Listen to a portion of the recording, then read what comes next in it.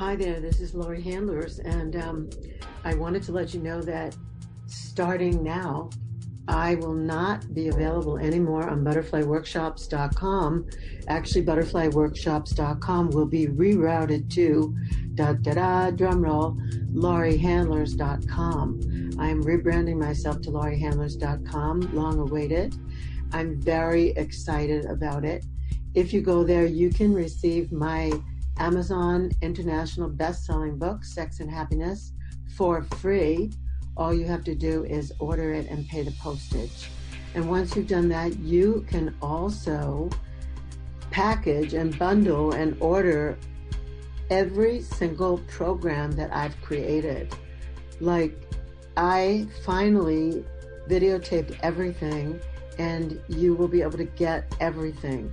So that's from Bliss, my beginner's tantra class, which is now Bliss Redux, because I've added to it. And you can get Sex Magic, you can get Lottie Han, Body Han, you could get Moving Through Powerful Emotions, which is my emotional release package. You can get Hot Seat Conversations from the Academy for Men with my partner Michael Gibson and myself, talking about the hard conversations that couples need to have before, during, and after sex, how to really communicate. And also there's Tantra Meets BDSM, and there's probably more that I'm not thinking of right in this moment, but I wanted to let you know to go to lauriehandlers.com and pick up your package of goodies that I have for you at very, very nominal fees. That's Laurie, Laurie, Handlers, HANDLERS.com. Please go there. If you do click on butterflyworkshops.com, you'll just be redirected to lauriehandlers.com because I have completely rebranded myself. Yay me. Thank you, and please tell your friends.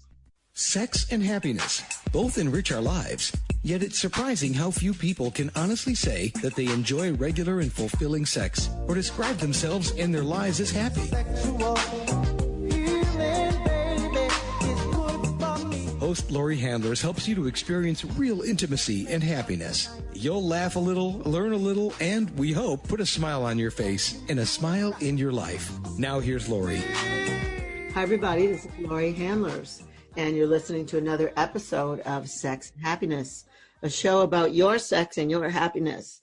And I always say that, but it's also about my sex and my happiness, because I grow so much from doing this show, and I learn so much from doing this show. And I just basically have a great time, and I fall in love with my guests, and maybe you do too.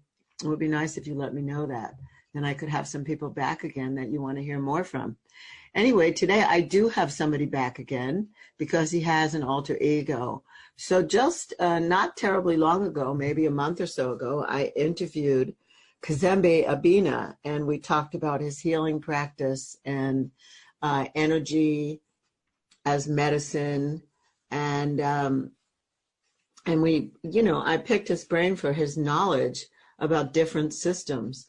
And today I have him back on the show because we're going to be talking about his other persona and other talents that he has. So I just want to introduce him properly. For Cazembe Abena and his Dom alter ego, Lord Vesper, BDSM is where sensuality meets art, meets spirit. Lord Vesper has been practicing BDSM for nearly 20 years. Senergetic BDSM is Lord Vesper's own unique form of BDSM that focuses on connection, healing, intention, and trust through energy cultivation, sensual touch, and impact play. Over 8 years of training as an energy practitioner and tantra professional have given Lord Vesper a unique set of energy cultivation skills, techniques, and sensibilities that he uses to further connect people to themselves and others for greater joy, healing, and liberation. So all that to say that Cazembe also has a Dom alter ego, and that's who Lord Vesper is. And most of you know that in the last couple of years, I've had this tremendous interest in BDSM and where it intersects Tantra. And so that's how he and I met. I mean, we met at a retreat, but we found out that we had some similar interests, and here we are. So I'm going to welcome you as Lord Vesper rather than as Cazembe. Lord Vesper, welcome to Sex and Happiness. Thank you so much, Laurie. What a pleasure being here. Again, it was a great time last time. I look forward to the same great time and even more this time. So thank you so much. Thank you. Well, since that time, we've seen each other actually in person because you came to Phoenix for a couple of weeks and you put on a BDSM workshop, a Senergetic BDSM workshop here in the Phoenix area, and a whole bunch of people that I know and some that I don't know attended this event, and you got to show my Phoenix area peeps your skills. So how did you, so here's the thing, you know, you grew up, I know that you grew up as kind of religion playing a major part in your life. I don't know if it was Baptist religion or what, but I know that that played a big part. And so how did you go from being, you know, sort of a nice little church guy to being like a BDSM dom? It's always an interesting, how does one make that switch? Because I know my listeners, a lot of people, like, they're kind of afraid of kink. They're afraid of BDSM because what it would mean for them. So how did you make that transition for yourself? Great question. And I did indeed grow up in a religious household, Baptist. And for me, it was eventually the idea, facing the notion of the fact that there was something missing, and there was a bit of happiness that was missing, and also wanting to truly live as authentically as I could. And being honest about my desires, being completely honest about my desires, say, okay, I'm going to close the door on, you know, what my family thinks and what the church thinks and what the community thinks and all these things, and just let me just sit in myself and let me be honest about what I like and what I want. And I started practicing really as a sensual dom, just privately, of course. Way back then, this was when I was living in LA, and I would use, incense and scented oils and, colors. I had a strobe light and I had filters for colors for the strobe light that I would use, and all these things in certain type of music. Back then, of course, we were mostly using cassette tapes. So I would have a special mix of music for my sessions, and it really became an expression of myself. And I think there's also something that tends to happen in oppressive spaces where you can only oppress yourself for so long. It is eventually, it's eventually going to show that, you eventually are going to see yourself, and you're going to show yourself in one way or another. And I also made the decision that I wanted to convey myself in a positive light or in a space that would welcome who I really was. So, okay, I got it. I completely get it. And it's, for me, it's understandable because I made the bridge. I've already made the bridge for myself, but I'm going to probe a little bit more because I know sometimes it's difficult for people, to actually understand, because when people see BDSM in video, or even that movie that they all saw, that all the housewives of America saw, they don't understand two things as far as I can see. One is that it's consensual. Absolutely. And that nobody really knows what consensual play is, because the fact that countries take over other countries and dominate them, the fact that people fight over money and land and food and supplies and oil Mm-hmm. is domination, and that's non-consensual domination. Absolutely. Absolutely. And so when they see somebody getting spanked or flogged or choked or other things, it's easy for people to project this person is hurting this other person against their will, because that's already in our nervous system. Non-consensual domination by the government, by religion, by our parents, by rapists, by whatever, is already in our nervous system. It's the way we are programmed. It's hardwired in our system to be dominated non-consensually. And that's what people act out about. Like they feel powerless until they feel powerful. It sounds like in your transition from being a good Baptist son to being somebody who had more self-expression. I'm not saying that, you didn't get anything from the church. I wouldn't be so assumptive. But gotcha. in making a transition from secular religion to total self-expression with incense and oils and strobe lights and everything that you just said, and saying, well, you could spank someone, or you could flog someone, or you could choke someone. People have to actually get that that's consensual, and that the person that it appears that you're dominating is actually asking for that. Absolutely. So absolutely. That was a big mouthful, but I had to say all that. And I love what you said, and it's absolutely correct. I think that one of the main things, first of all, the consent, as you said, Laurie, we live in a world where we see that where actions are largely, by and large, so many non-consensual actions. So as you said, a lot of people don't even know what consent means. So just to say this real quickly, with my sessions, I verbally talk about what's going to happen so the person is aware. Then I have what's going to happen. It on a sheet of paper. It's a contract, so it's written out, and the person has to sign it there and check off some things of what they want done, etc. So everything is above board. And the other thing, however, I'm going to jump around a little bit here. That's fine. Which is what made the transition easy for me, was the intention of my actions.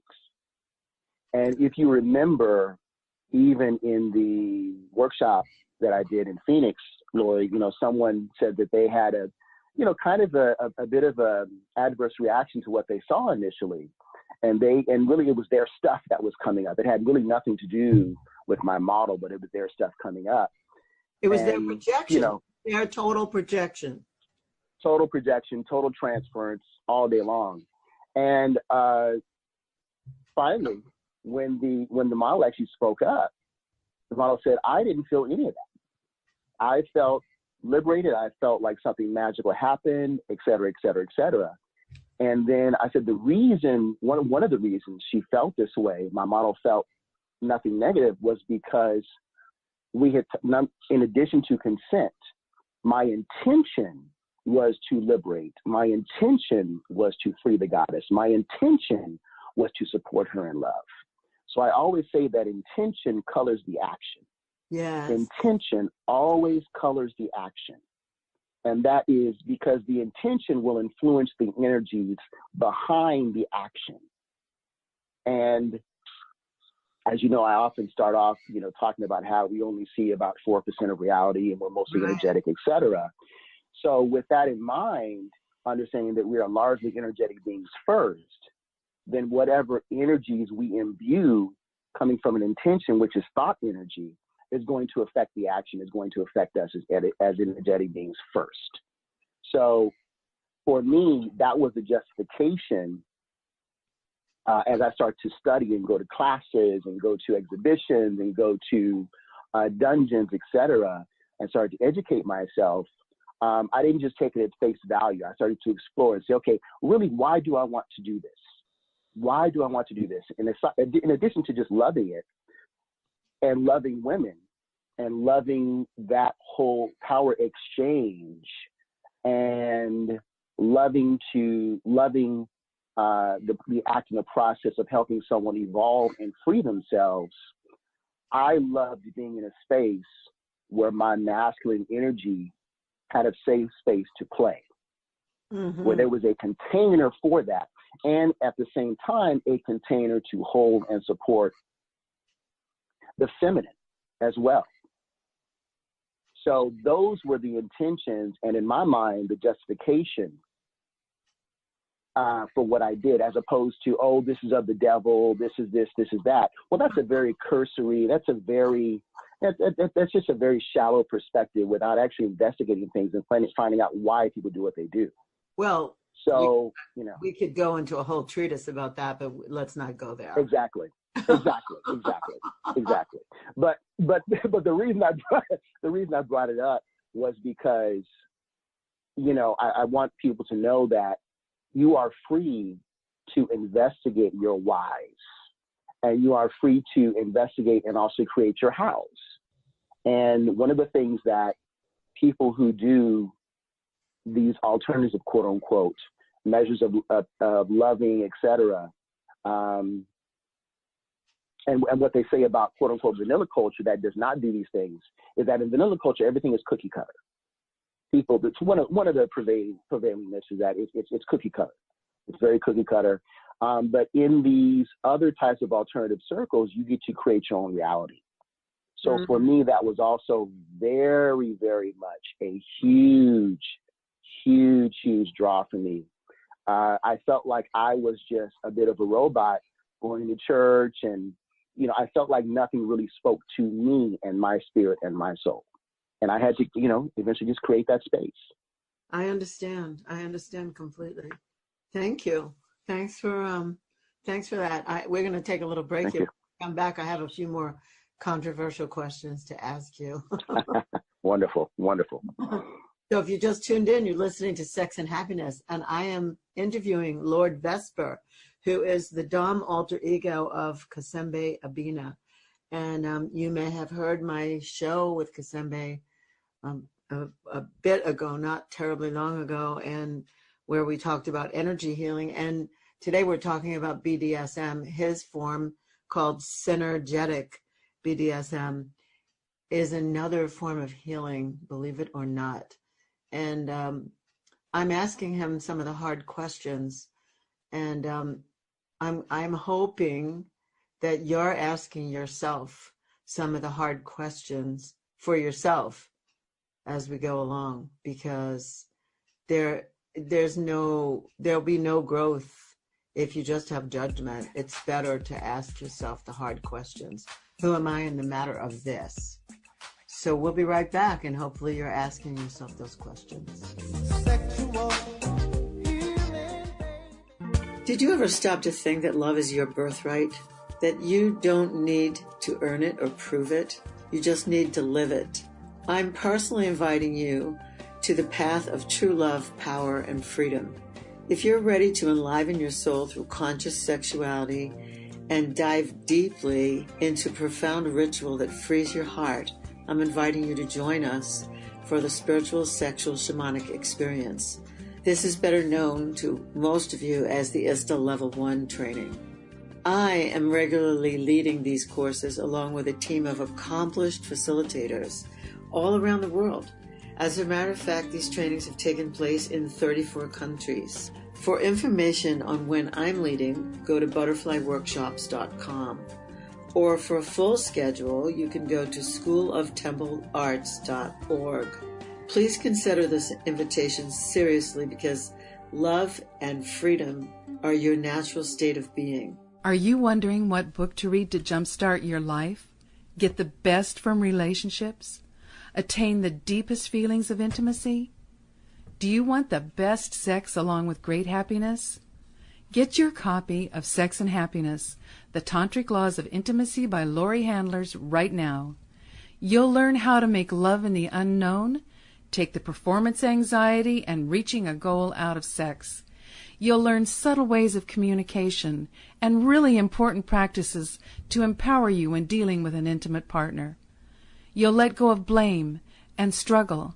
Doesn't this sound great? Sex and Happiness puts the innocence back into sex and gives Tantra the respect it deserves. Take charge of your life, physically, emotionally, and spiritually with Sex and Happiness by Laurie Handlers. Only $19.99 paperback and $14.99 ebook.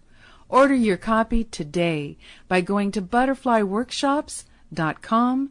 That's butterflyworkshops.com for your copy of Sex and Happiness. My question for people right now is, if you're a woman who could use a little zest and zing in your arousal response, or maybe you know women or a woman who could use this, because many women say that their feelings of desire, arousal, and sexual satisfaction don't happen as naturally or as often as they'd like. So I want to tell you about Zestra, because Zestra was developed to meet this much-needed option for women. Zestra's safe and a patented blend of botanical oils and extracts, and it's created to help women have increased sexual sensations. Zestra comes in convenient single-dose personal packets. Each packet keeps the essential arousal oils and extracts free, fresh, and safe from light. And with application of Zestra, it starts to work within 3 to 5 minutes. And at about 10 minutes, there's something called the Zestra Rush. And that can last up to about 45 minutes. The great news is that Zestra can be used as frequently as you like during each sexual experience. Now, I'm somebody who believes that all women deserve sexual satisfaction. That's why I do this show, in case you hadn't noticed. So I believe that men and women deserve sexual satisfaction. So if you're a woman who isn't getting that kind of arousal response that you want, please call 877-426-8047. That's 877-426-8047. And please remember to say you heard about Zestra from Laurie Handlers on the Sex and Happiness Show.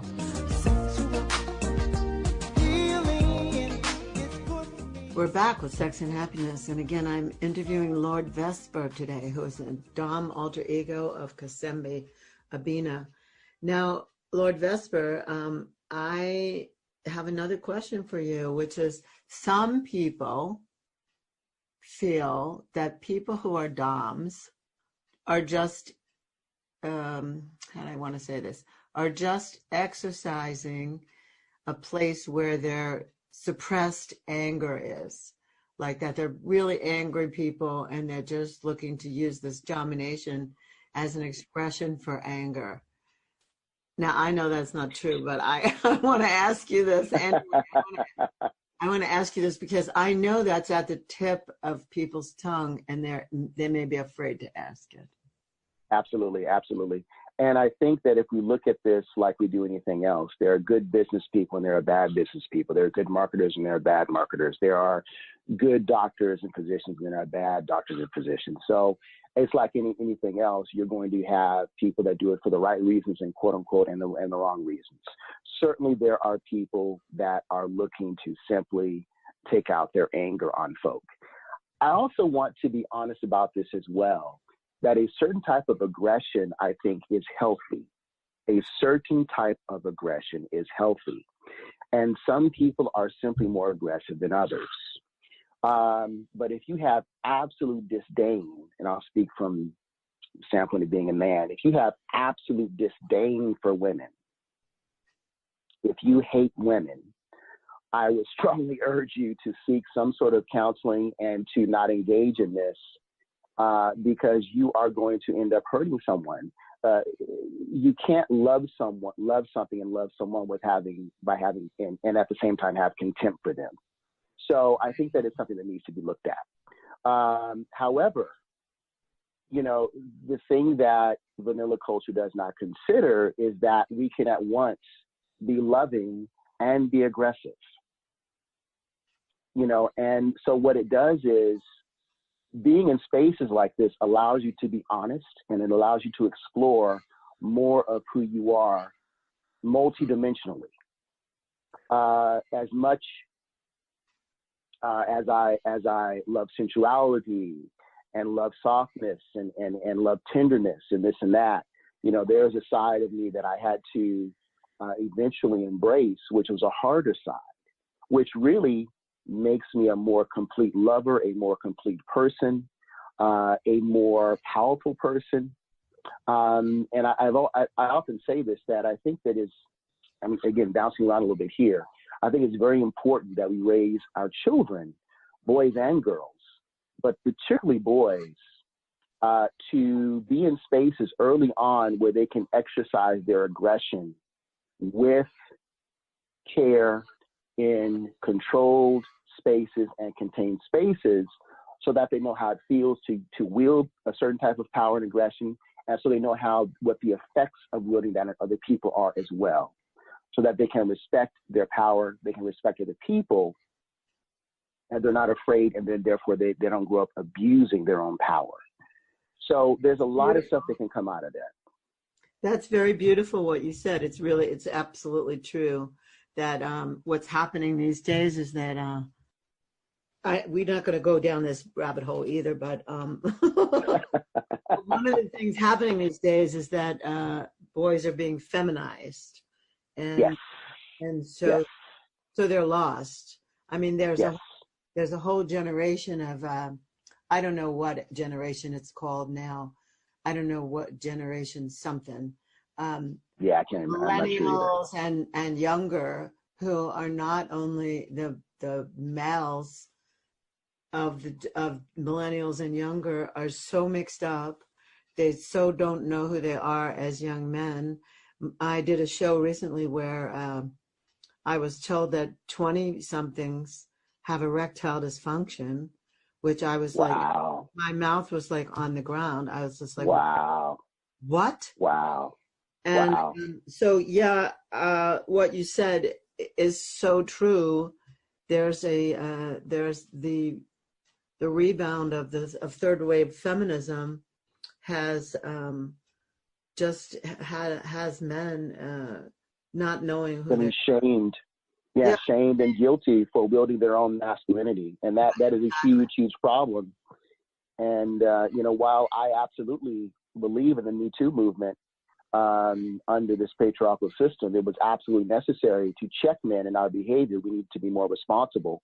And we have been abusing our position. We've been abusing women. But, we don't want to go over on the other side of the spectrum either, where now all forms of masculinity are denied and persecuted. That's not solving a problem, and that's creating another one. Right, exactly. And then there's all these women going, where are all the good men? And they're right there. They're right there, but they're not attracted to them because those men are not. Those men are pussies. So and so we've neutered our men. Sure, exactly. We've neutered our men. So yeah. But here's the thing, I'm like a switch. I can dominate anyone. We were talking about male, female, but I wanted to say as a female, I am a great dom. I can dominate. Absolutely. I see it. So much fun. I have so much fun spanking people. I was just in New York and we went around. I was doing an evening of Bodyhan in Manhattan, and 30 people showed up, and beautiful. 2 or 3 of them said, I met Laurie at such and such, and she spanked me. And it was so funny. It was such a funny, 2 years ago, you wouldn't hear anyone say that. I never would have done that. And I never would have experienced that. But in the last 2 years, my Dom persona has come out, and beautiful. I had the best time spanking people and teaching them, about also humiliation. Like I've coupled spanking with the thing that they've been running from their whole life. Yes. And then they get free. Yes. And so I have to say, I don't want to make it, I just wanted to point out that I don't want to make it like only males dominating females, and then absolutely, like I'm a really good dom, and then but then why I say I'm a switch is because, like, with my partner, I mean, let's say that every 10th time we're together, he says, okay, I want you to dominate me, but 9 out of the 10 times I just totally surrender, and submit to his domination, which is like totally loving. I mean, he's like a mad scientist. He's like the movie Mel Brooks movie Young Frankenstein. No, you said Anyway. If I may, you said something very important, the surrender, and I want to say that's important. And to your point, indeed, people often ask me, well, can this be more than male, female, in terms of Senergetic BDSM? I said, absolutely. This is LGBTQ plus friendly. I mean, it's the whole nine. Absolutely. Because it comes down to the energetic makeup of a person. I believe that we all have male and female, or feminine and masculine energies within us. The degree to which we have them is what will determine our action, our behavior, our likes or dislikes, etc. So have fun and feel free to exercise that as you wish with a partner that also matches your desires and what you like to do. That's huge. In terms of surrender, one thing that I like to tell people is that even as a dom, whether male or female, you are still surrendering in a sense to your sub. You are still surrendering. You are surrendering to them in terms of surrendering to their needs and their wants in that moment. You're surrendering even before the scene began by checking with them and surrendering to their guidelines and their boundaries. And during the scene, you are surrendering to them so that you can receive them and give them what you need or what they need. If you are not, if you don't surrender to the moment and surrender to them during a scene, you will never be connected to them. And therefore, you will never know what they need. You will never know if they need more, less, if they need to be touched a certain way, because your armor will be up. It is a synergistic, S-Y-N, it is a synergistic relationship that needs to occur, and a connection needs to occur for a proper scene to take place. So based on what you just said, I'd like to say that people are fascinated with the toys, the toy aspect of all this. They're fascinated with floggers, and they're fascinated with rope, and they're fascinated with, which are all great things. Right. And that's not the point. Those toys are, absolutely. That's right. That's right. That's not the point. That's just right. Those are extensions of your consciousness. Those are extensions of your touch. Those are like rope is an extension of your touch. Mm-hmm. That's correct. So that's correct. The fascination with the stuff is not the focus at all. Right. Yeah. So I want to say that because, I've spanked a lot of people in the past couple of years, and, till my hand hurt. And, or let's say 4 or 5 people have said, oh, I want to be spanked by you. I want to, by the time the 5th person lays over my lap, I'm like, my hand hurts. And, but I prefer that because I can feel what I'm wielding, and I don't have as good a skill with those other things. I mean, I can use them, but I don't have those kinds of skills. And what I see is people running to the toys.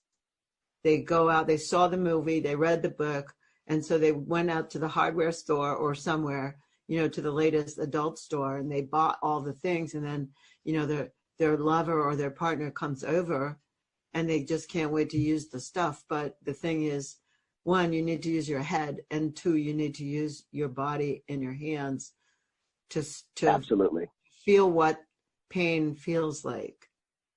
Absolutely. And if I could expound on that a bit, that's a great point. I don't use a lot of toys. I don't have a huge kit. And the reason is because I'm looking to explore energetically, and I'm looking to explore within our beings as 2 people. I use floggers, I use some paddles, I use saddle crops. I'll use some restraints. And typically, you know, the best restraints I like to use are my hot pink scarves, to be honest. So that's the best restraints I like to use. But there's a concept in martial arts that talks about if you want to learn how to wield a knife or a sword, you need to master yourself as an instrument and a tool first without the sword. So in some disciplines, if you find someone who's a true sword master or who can really wield a knife well, you better believe that if that knife is gone, you're really in trouble, because if it's just hand to hand and they have no weapon, you know, they have absolutely mastered that. Right. So, you know, and the idea is to go inward, mastering the self and the body first before you then grab a tool, because a tool is just there to hopefully bring out what is within us anyway. So I always tell people the best impact tool I have is my hand all day long, for some of the reasons you just stated, Laurie. I mean, the connection is there. I can feel it.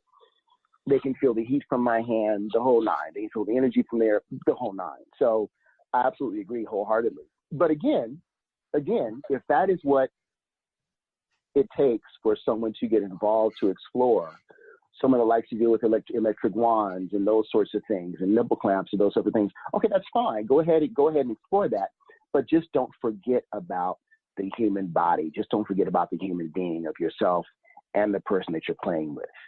There's such a vast landscape of energetic possibilities there. And that's why we have safe words. Absolutely. Just in case you forget. Exactly. So we need to take another break. I want to make this point that has to do with everything you just said, and then we'll go to break, which is, you know, I've been raised in the Tantra world for over 20 years, and it really wasn't until I put my toes into the BDSM world that I actually saw clear and concise boundaries. Like when I say red, when I say yellow, it means stop. And when I say red, it means no. And no means no. And somehow the words yellow and red don't have as much charge as people who just can't find their no. Like no must have cultural charge or something, because in the in the BDSM world, I see people easily saying yellow.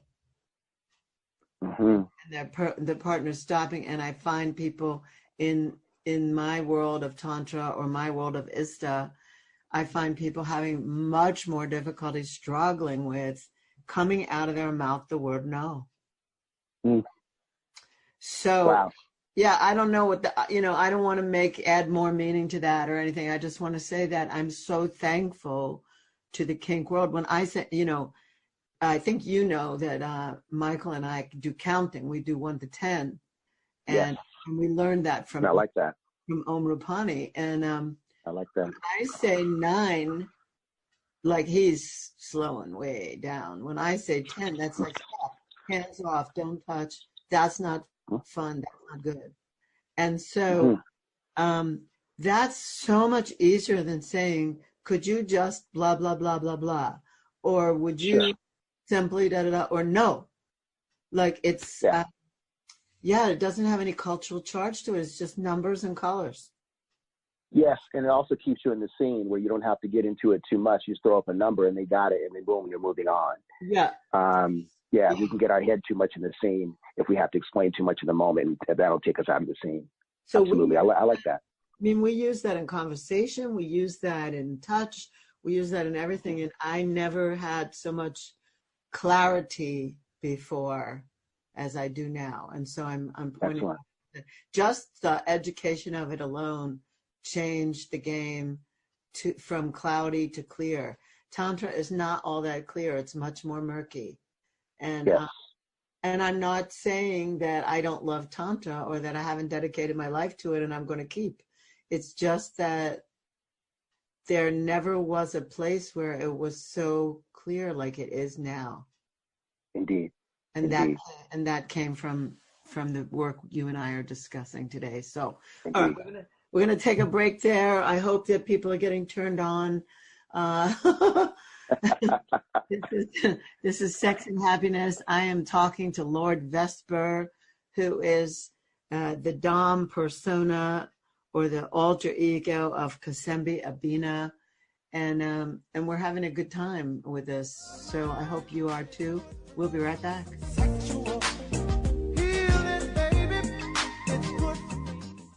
So many times you've heard Laurie talk about emotional release on this show. She says over and over again how important it is for you and your loved ones.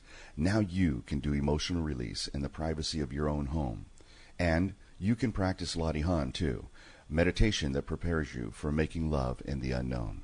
In her CD, Shamanic Release and Lottie Han, she creates a safe and sacred space in which you can do the powerful work Laurie is known for in her Butterfly Workshops courses. Laurie sets you up with the proper positioning and breathing. Then she guides you through each emotional state to the beat of tribal African rhythms. This CD actually provides an easy way to do emotional clearing work on a regular basis. Order your copy of Shamanic Release and Lottie Han today and watch your relationships walk free of emotional baggage. To order your copy, go to butterflyworkshops.com right now. As a sex and happiness coach, I understand that increased sexual participation intensifies sexual responsiveness and desire, as well as overall health and well-being. My experience with the Sybian has personally increased my sexual response, and I can now train women to use this machine to have peak orgasms as often as possible. I strongly believe this will add to their health and well-being whether they have a partner or not. The beauty and the miracle of the human body is that it adapts and changes much more rapidly than people change their beliefs or their opinions. The Sybian can make any woman's body more resilient with each peak orgasm. Sybian is an amazing experience, often described as the Lamborghini of sex toys. If you're a woman and you can get yourself to look at Sybian, you should do so. It won't take away from your partner. It will only add. Trust me on this. I love my Sybian. Go to Sybian.com. That's SYBIAN.com or call 1-800-253-6135. That's 800-253-6135. And say Laurie Handlers told you about Sybian. And by the way, if you do have a partner, ask about Venus for Men. That's Venus, VENUS, for men. We are back with Sex and Happiness, and I'm Laurie Handlers. And on this break, I just realized, the first person I ever talked to about BDSM was Barbara Corellis. And I remember Barbara telling me some of the things that she, that happened in her BDSM work, and I couldn't get it at all. I was like, what? She used to set people on fire and then push them into a swimming pool, and all kinds of practices that were like, I was just like I remember being on the show with her, sitting on my end, listening to her coming across her mic, and me going like, really? You do that? What? And here I am today. Here I am today. I'm a convert. Right. I got religion. No, I'm only kidding. So can I? Yes. Yeah, say. I want to speak to that real quick. How BDSM is a form of shadow work, and that is also what attracted me to it. So shadow work being the ability or the process of really facing those things that we have buried within ourselves that may not even be bad, but that we may have a stigma attached. We have attached a stigma to those things. Mm-hmm. And perhaps some things that may be taboo in some circles. But I've noticed that BDSM tends to be a fast track to that. The way that I work, incorporating my energetic training, along with Tantra, along with BDSM skills, is to really kind of excavate, draw out those things that, number one, who we really are. And if we are used to not dealing with an issue, sometimes we need to deal with an issue to get past it. So it's a very effective way to look those things in the face and to deal with those things so that they come up and so that they come out and we can be free of them. So that whole, facing your fears, someone may have an issue with being tied up. Someone may have an issue, you said, with Barbara. Someone may have an issue. Apparently Barbara had someone who wanted to be lit on fire. I'm not sure if their issue was fire, but if it was, that could have been a great way to push past that. Light them on fire and push them into a pool. Push past fear. Push past fear. Sure, pushing past all that. Sure. So, BDSM is a great way to do that. In addition to the titillation, the arousal, and the sensuality of it. In addition to that, it's a great way to do that. Again, in a controlled environment and a consensual environment. Yes. Yes. It's true. So, I'm just saying I've come a long way. I've come out of judgment. I've come to see the merits, the merit of facing fear, the merit of having clear boundaries, the merit of scripting scenes that a person desires. So a person giving voice to their desire. I've come to see the love and sweetness between Dom and Sub, and I've seen it. Yes. And I personally have seen it both ways because I've been both. And it's just, it's mind blowing. It's mind boggling because to look at it, it's just not what it looks like. It's just not how it appears. Absolutely. It just doesn't. And so it really kind of turns a lot of paradigms on their side or just upside down. And it kind of gets you to question, this whole apparatus, that we house as human beings and what it's capable of. The thing that I'd like to add that I've noticed that I've loved with that is the ability to place an intention while doing this sort of work. Once the body is open, you can place an intention in the body. And so it then becomes a type of sex magic or sexual alchemy practice without the intercourse. So that also is something that I like to explore with Senergetic BDSM. Yeah, that's good too. Well, I don't have intercourse in my sex magic anyway, in my right. practice. So yeah, it's super powerful. Yes. Thank you for adding that. So let's see if we have anything, else that we haven't explored. There's one piece I haven't touched at all, which I guess I'll go there now. And that is you're African American. So yes. I feel so I'm a white woman, you're an African American male, and I feel, and it dawns on me every single time I teach a class and Tantra meets BDSM, that BDSM could actually heal all the isms. So I think that BDSM could heal racism. I think that BDSM could heal sexism. I think that BDSM could heal ageism. And I guess there's some other isms that I probably haven't thought about, or named. But I think that people playing out taboo scenes so that it comes out of shadow, exactly what you just addressed, could heal could heal the isms. It absolutely has that potential. No doubt about it. No doubt about it. And again, this is where,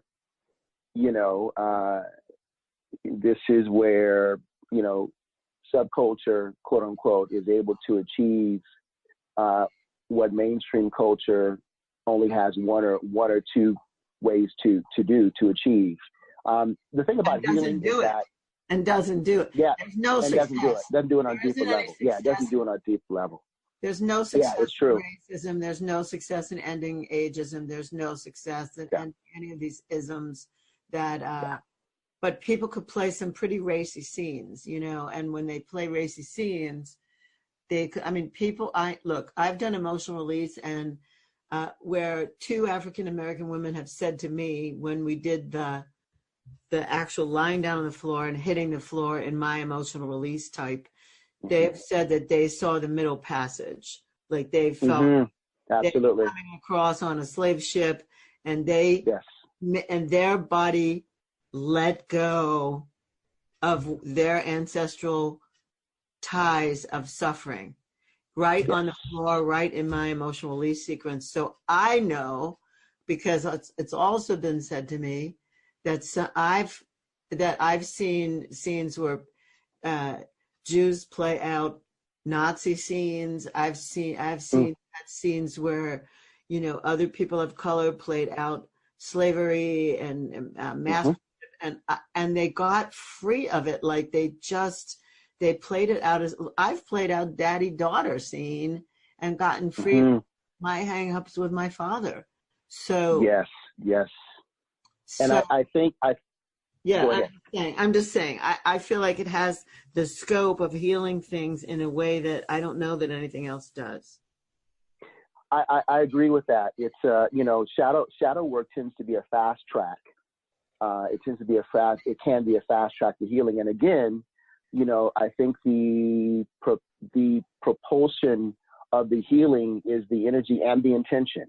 You know, the intention of what you're looking to do. Right. I also, you know, I had a client and a Black woman, and she had also said that, you know, that during part of the scene, she was experiencing, she felt like she was experiencing a violation from a slave master, you know, and she said she was able to release that, you know. So, and as I've said before too, you know, for me being a Black male, I just could not justify beating on anybody, but particularly not beating on a sister, a Black woman, right. Given what we've been through, without the proper intention and the proper love. There's just no way.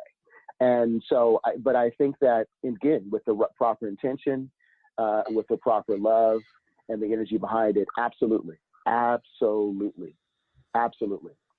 Yeah, so that's something that people don't know. They don't recognize. They don't see it. It doesn't occur as obvious. And to me now it's so obvious. Yes. And I want to say this too, Laurie, you know, with your emotional release and with Senergetic BDSM, and I want to give people the spelling of Senergetic BDSM. It's not synergistic, it's synergetic. It's a made up word, 2 words, sensual and energetic. So it's SENERGETIC. Just like with your emotional release, it's about the energetic component. That's the thing that puts it over the top. Even if I think the energy generated during a BDSM scene in general can even do that. And then if you specifically address and focus on something, it just only gives that issue more fuel to be released. So that is something that really, really is the critical part of, you know, whether it's emotional release or whether it's Senergetic BDSM or something like that, is the energetic component of it, the energy that is cultivated to focus on an intention and release something, to heal. So good. It's so good. I'm so glad that you reinforced that. How do people get in touch with you if they want to find out more? You know, if they want an in-person session, where should they find you? If they want to talk to you about their intentions, like, how do they find you? I am on Instagram as Lord Vesper. So that's LORD, V as in Victor, ESPER. They can also email me at lordvesper22@gmail.com. I live in Atlanta, Georgia currently. I'm available here for couple sessions, workshops, and also single individual sessions. I'm also available to go out to anywhere really in the world, and as I've done a few times here in the States, to teach workshops for couples and individuals on Senergetic BDSM, just like I did in Phoenix with you, Laurie. And thank you again for hosting me. So I'm available for all that, available for, of course, podcasts and just to talk and lecture and the whole nine, and exhibitions as well. I've also been in LA and put on some exhibitions as well as Atlanta and Florida. So I'm available for all those things. Right. That's when we met, Florida. Absolutely. And that exhibition was awesome. So thank you. Yeah, we still have implements and tools that we received in that session with you. That's great. That's great.